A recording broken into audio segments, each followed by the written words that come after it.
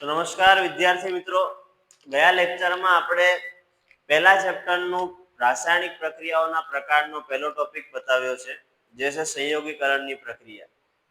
હવે આજના લેક્ચરમાં આપણે બીજા પ્રકાર તરફ આગળ વધવાનું છે, જે છે વિઘટન પ્રક્રિયા.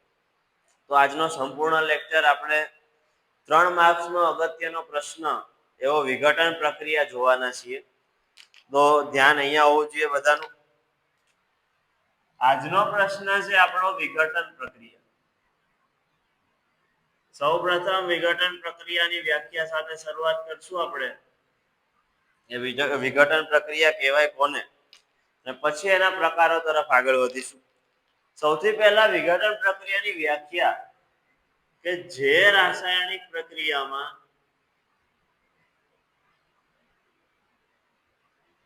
સંયોગીકરણમાં કેવું હતું કે બે પ્રક્રિયકો ભેગા મળીને એક જ નિપજ આપતા હતા, આ સંયોગીકરણ. હવે એનું ઊંધું કરી દઈએ તો મળી જાય વિઘટન પ્રક્રિયા. સંયોગીકરણમાં બે પ્રક્રિયકો હતા, નિપજ એક જ હતી. વિઘટન પ્રક્રિયામાં પ્રક્રિયક એક જ હોય છે અને નિપજ બે થી વધુ હોઈ શકે. બરોબર. સંયોગીકરણ પ્રક્રિયાનું ઊંધું કરો એટલે વિઘટન પ્રક્રિયા, કે જે રાસાયણિક પ્રક્રિયામાં એક જ પ્રક્રિયક તૂટીને અથવા તો વિઘટન પામીને, એક જ પ્રક્રિયક વિઘટન પામીને બે કે તેથી વધુ નિપજો આપે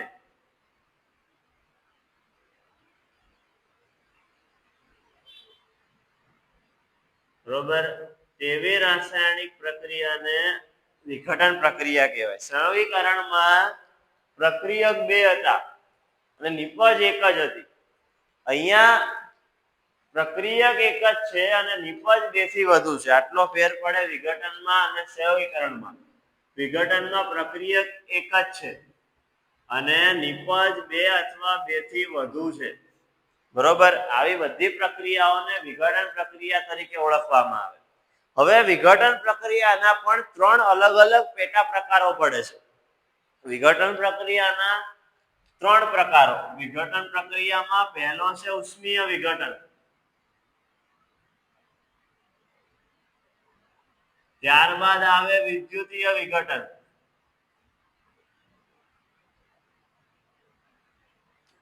અને ત્યારબાદ આવે પ્રકાશીય વિઘટન.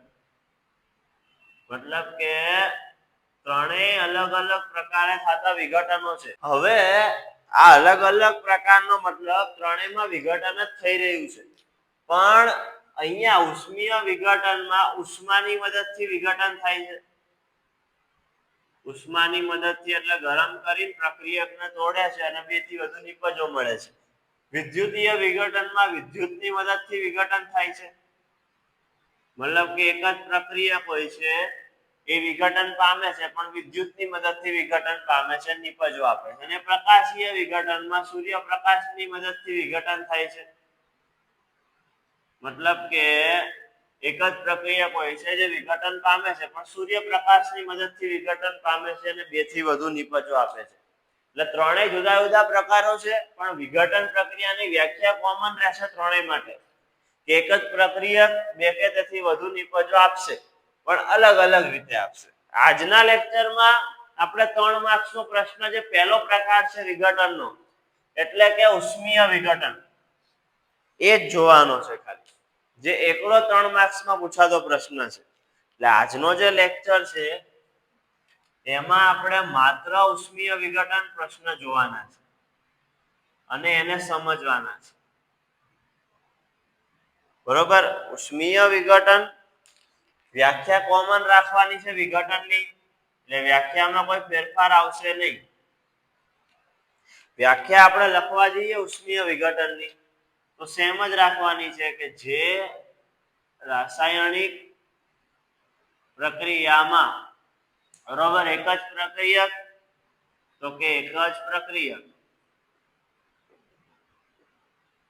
હવે વિઘટન પામીને, પણ ઉષ્મીય વિઘટનમાં ઉષ્મા વડે વિઘટન પામીને, આટલું જ એડ કરવાનું છે. ઉષ્મા વડે વિઘટન પામીને, બરોબર. સામાન્ય વિઘટન પ્રક્રિયાની વ્યાખ્યા ત્રણેયમાં કોમન જ રાખવાની છે, કે વિઘટન પામીને, પણ અહીંયા ઉષ્મા વડે વિઘટન પામીને. બરોબર, બે કે તેથી વધુ નિપજો આપે, બે કે તેથી વધુ નિપજો આપે તેવી રાસાયણિક પ્રક્રિયાને ઉષ્મીય વિઘટન પ્રક્રિયા કહેવાય છે. ઉષ્મીય વિઘટન પ્રક્રિયા કહે છે. એટલે આવી કઈક વ્યાખ્યા લખવાની ઉષ્મીય વિઘટન માટે. ત્યારબાદ આને સમજાવતું એક પ્રયોગ, એક પ્રવૃત્તિ, જેની માહિતી લખવાની અને પછી રાસાયણિક પ્રક્રિયાઓ તરફ આગળ વધવાનું. હવે ઉષ્મીય વિઘટન માટેનો એક પ્રયોગ છે કે સૌપ્રથમ એક ટેસ્ટ ટ્યુબ લેવાની, બરોબર છે. હવે એ ટેસ્ટ ટ્યુબમાં અહીંયા આપણે શું વાત કરી છે તો કે જે વ્યાખ્યા છે એની ઉપરથી પ્રયોગ લખવાનો કે અહીંયા વિઘટન પામીને કેટલો પ્રક્રિયક તો કે એક જ પ્રક્રિયક. તો એ ટેસ્ટ ટ્યુબમાં એક જ પ્રક્રિયક તરીકે લેવાનો છે ફેરસ સલ્ફેટ, બરોબર. અહીંયા એક જ પ્રક્રિયક વાપરવાનો છે. તો એ ટેસ્ટ ટ્યુબમાં પ્રક્રિયક તરીકે જે વાપરવાનો છે એ છે ફેરસ સલ્ફેટ. તો અહીંયા પ્રવૃત્તિ લખીએ આપણે કે સૌપ્રથમ ટેસ્ટ ટ્યુબ એટલે કે કસનળી, તો કે એક કસનળીમાં ફેરસ સલ્ફેટ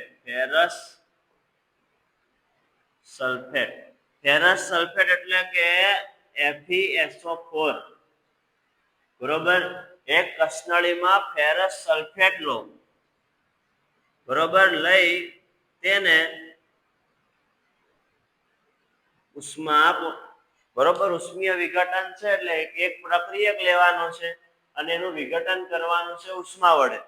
તો એક પ્રક્રિયક તરીકે ફેરસ સલ્ફેટ FeSO4 લઈ લીધું અને એનું વિઘટન કર્યું, શું આપીને તો કે ઉષ્મા આપીને, બરોબર. એકદમ સિમ્પલ વાત થઈ ગઈ. હવે ફેરસ સલ્ફેટને બર્નર વડે ગરમ કરતા તેનું વિઘટન થાય છે. ઉષ્મા આપવું એટલે ગરમ કરવું, તેનું વિઘટન થાય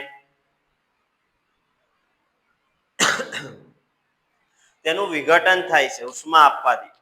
હવે ઉષ્મા આપવાથી એનું વિઘટન થાય છે અને ફેરસ સલ્ફેટનું વિઘટન થઈ નિપજ તરીકે શું મળે છે તો કે નિપજ તરીકે,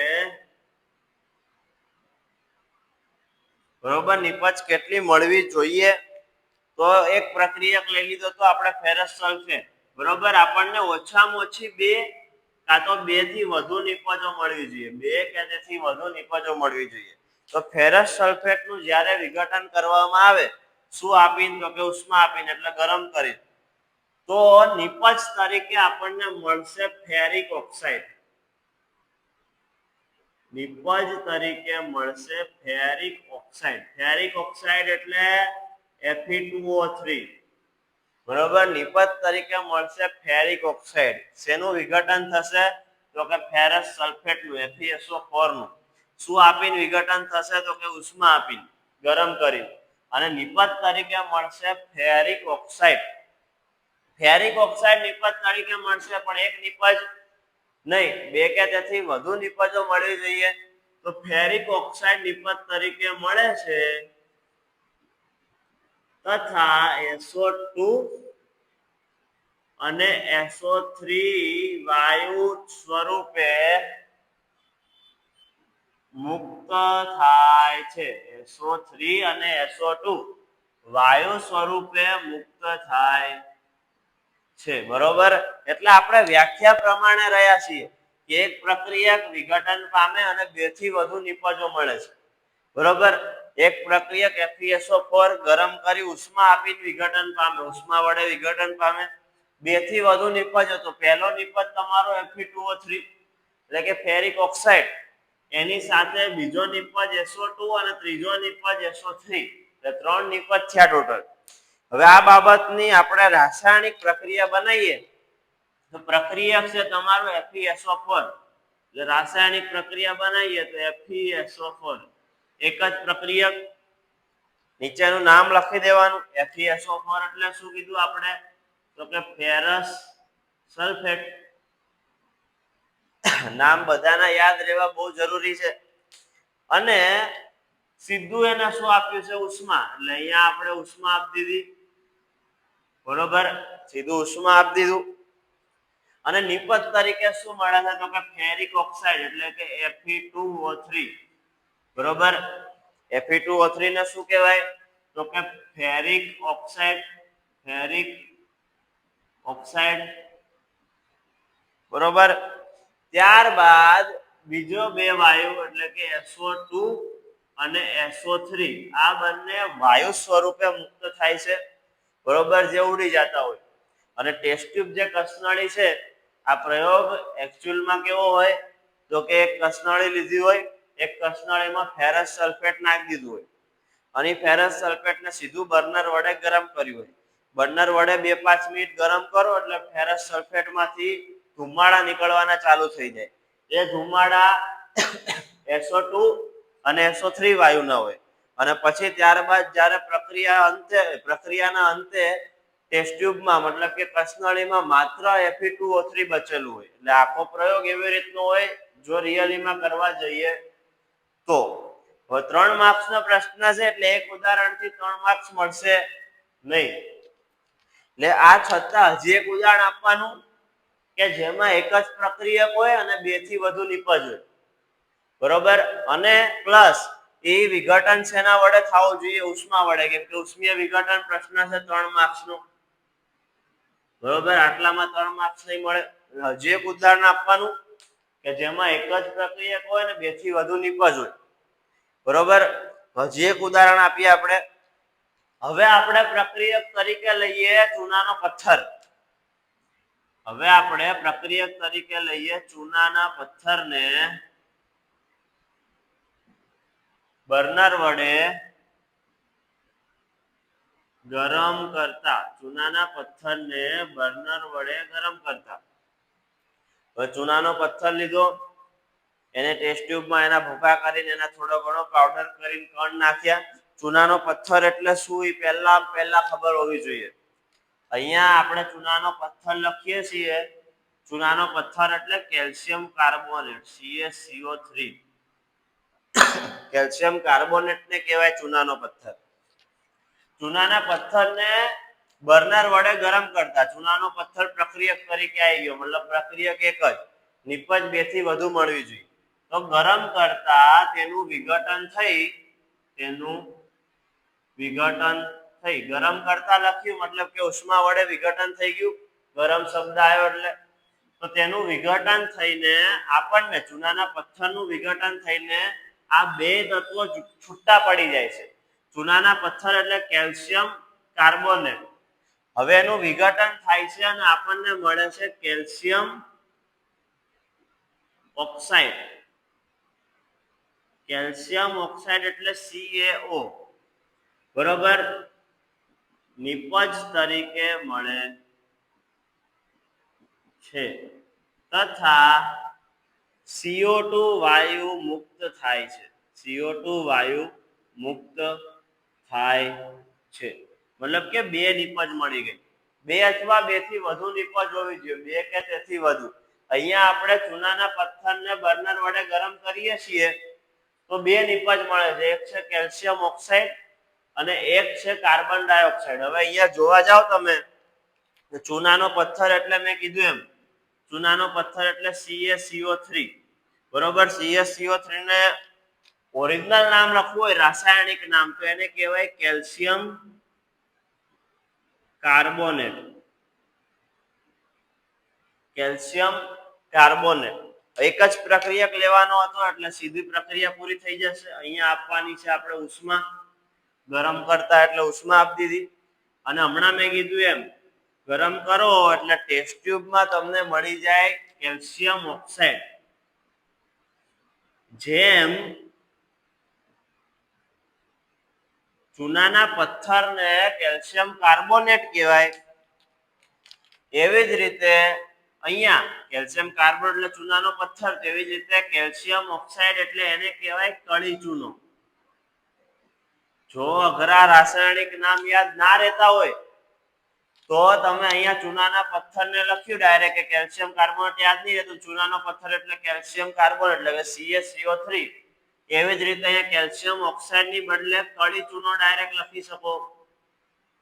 બરોબર, કળી ચૂનો એટલે CaO કેલ્શિયમ ઓક્સાઇડ. બરોબર, આ સામાન્ય નામ છે જે રોજિંદા જીવનમાં વપરાતા હોય એવા. અને અહીંયા ફરી એકવાર CO2 વાયુ ગરમ કર્યું છે એટલે વરાળ નીકળવાની. ઓલી બાજુ વરાળ નીકળતી હતી SO2 SO3 વાયુની હતી સલ્ફર વાળા, અને અહીંયા જે વરાળ નીકળશે એ હશે કાર્બન ડાયોક્સાઇડ વાયુ. બરોબર, એ જે વરાળ નીકળશે એ કાર્બન ડાયોક્સાઇડ નીકળશે. ફરી એકવાર સેમ પ્રોસેસ રિપીટ થાય. ચૂનાના પથ્થરના ભૂક્કાને કસનળીમાં ભરી લીધું હોય, એને બર્નર વડે ગરમ કરવાનું થોડીક વાર, એટલે ધુમાડા નીકળે જે કાર્બન ડાયોક્સાઇડ વાયુ ના હોય. અને પ્રક્રિયાની અંતે જે કસનળીમાં બચ્યું હોય એ બચ્યું હોય કળી ચૂનો એટલે કે કેલ્શિયમ ઓક્સાઇડ. ફરી એકવાર એક જ વાત આવી સેમ, કે પ્રક્રિયા એક જ હતો. બરોબર, નિપજ 2 થી વધુ હતી. અહીંયા ખાલી જે પ્રોસેસ છે એ યાદ રાખવાની વાત છે કે જે પદ્ધતિ પ્રવૃત્તિ જે છે એ શું લીધું છે. પહેલી પ્રવૃત્તિમાં ફેરસ સલ્ફેટ લીધું હતું પ્રક્રિયક તરીકે, અને નિપજ તરીકે શું મળે છે એ યાદ રાખવાનું. રાસાયણિક પ્રક્રિયાઓ પૂછવા જવાની જરૂર છે નહીં. રાસાયણિક પ્રક્રિયા યાદ રાખો, એની ઉપરથી થિયરી બનાવો, કાં તો થિયરી યાદ રાખો અને એની ઉપરથી રાસાયણિક પ્રક્રિયા બનાવો. જો રાસાયણિક પ્રક્રિયા યાદ હોય આ વાળી તો થિયરી બનાવવાની, વાંચવાની જરૂર નથી. કે FeSO4 એટલે ફેરસ સલ્ફેટ લો, એને ઉષ્મા આપો એટલે 3 નિપજ મળે છે. ફેરસ ઓક્સાઇડ એટલે FeO3 મળે છે, Fe2O3, SO2 અને SO3 વાયુ મુક્ત થાય છે. રાસાયણિક પ્રક્રિયા યાદ નથી, આ વાળું થિયરી યાદ છે, થિયરી ઉપરથી રાસાયણિક પ્રક્રિયા બનાવીએ. કે ચૂનાનો પથ્થર CaCO3 લઈ લીધું, ગરમ કર્યો એટલે ઉષ્મા આપી દીધું, એના ઉપર ઉષ્મા લખી દીધું, નિપજ તરીકે કેલ્શિયમ ઓક્સાઇડ મળે છે, કાર્બન ડાયોક્સાઇડ વાયુ મુક્ત થાય છે. બે માંથી એક જ વસ્તુની પ્રેક્ટિસ કરવાની છે. અને આ વાંચીને ક્યારેય નહીં થાય, લખીને કરવી પડશે પ્રક્રિયાઓ, તો જ મગજમાં ઉતરશે, નકર આડું અવળું થઈ જશે. બરોબર, એટલે આ અત્યારના લેક્ચરમાં આપણે ઉષ્મીય વિઘટન પહેલો પ્રશ્ન પૂરો કર્યો. કઈ પ્રક્રિયાનો? તો કે વિઘટન પ્રક્રિયા. વિઘટન પ્રક્રિયાના 3 પ્રકાર છે: ઉષ્મીય વિઘટન, વિદ્યુતીય અને પ્રકાશીય. વિઘટન એટલે વાત ફિક્સ, એક જ પ્રક્રિયક 2 થી વધુ નિપજો. જો ઉષ્મા વડે એવું થતું હોય તો ઉષ્મીય વિઘટન, વિદ્યુત થી થતું હોય તો વિદ્યુતીય, અને સૂર્યપ્રકાશ થી થતું હોય તો પ્રકાશીય. બરોબર છે. હવે આવતા લેક્ચરમાં આપણે પ્રકાશીયની વાત કરશું. બરોબર, આજના લેક્ચરમાં આપણે ઉષ્મીય વિઘટનની ચર્ચા કરી, જે 3 માર્ક્સના પ્રશ્ન તરીકે આવતો હોય છે.